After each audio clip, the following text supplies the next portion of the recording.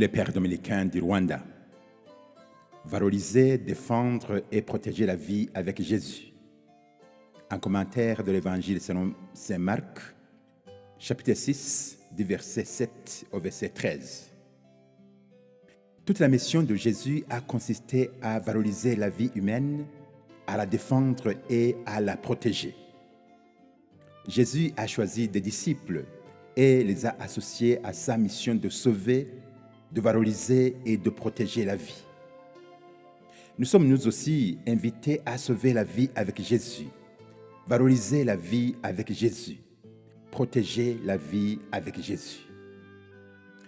Parmi nous, certainement, il y en a qui sont sur ce champ pour sauver, défendre et protéger la vie, de différentes manières. Mais il faut se demander, est-ce que nous faisons ce travail avec Jésus? Est-ce que nous participons à la mission de Jésus? Il n'est pas impossible de faire ce que nous faisons pour des honneurs, des privilèges, des intérêts personnels, en faisant de nos bénéficiaires des moyens à nos objectifs. L'évangile d'aujourd'hui nous rappelle que Jésus nous envoie sur le champ de la vie, comme il l'a fait à ses disciples. En premier lieu, Jésus adopte une stratégie. Il envoie ses disciples deux à deux. La mission de sauver, défendre et protéger la vie n'est pas une mission en solitaire, mais une mission avec les autres. Une mission qui demande de se mettre en synergie, de travailler avec les autres, de collaborer, de coopérer et de s'assister mutuellement. Le combat pour la vie réussit mieux quand les gens se mettent ensemble. Quand on s'éparpille, on gaspille les énergies et les moyens. Jésus était toujours avec ses disciples et avec Dieu. Dans la valorisation, la défense et la protection de la vie, nous devons être ensemble et avec Dieu. En deuxième lieu, Jésus donne aux disciples l'autorité sur tout ce qui agresse et dérange la vie. Il leur donne l'autorité sur les esprits impurs, les esprits mauvais, l'autorité sur le mal et tout ce qui affaiblit la vie. Comme Jésus lui-même a eu son autorité de Dieu, son Père, lui aussi, il donne son autorité à ses disciples pour les associer à sa mission. Pour donner la vie, pour valoriser la vie, pour protéger la vie, il ne faut pas s'improviser.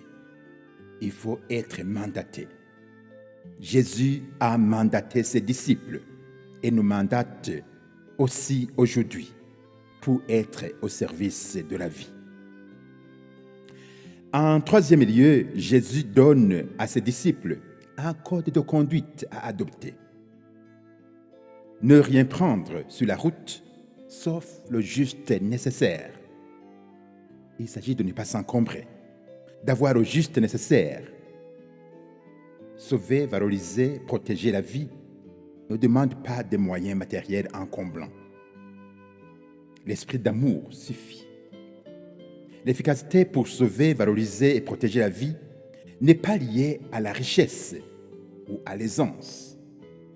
Il y a beaucoup de richesses dans le monde. Pourtant, la vie périt. Jésus lui-même n'avait rien sauf l'amour et la disposition à faire la volonté de Dieu. Il demande de l'imiter.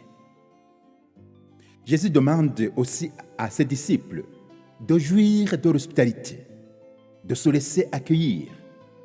C'est l'invitation à ne pas être opportuniste, mais de s'abandonner à l'amour providentiel de Dieu. Enfin, en quatrième lieu, Jésus donne le contenu de la mission que ses disciples doivent accomplir. Proclamer la parole, inviter les gens à la conversion et à se laisser transformer par la parole de Dieu. Il s'agit d'exploiter l'autorité de la parole, d'être des avocats de la vie, de ne pas garder la langue dans la poche.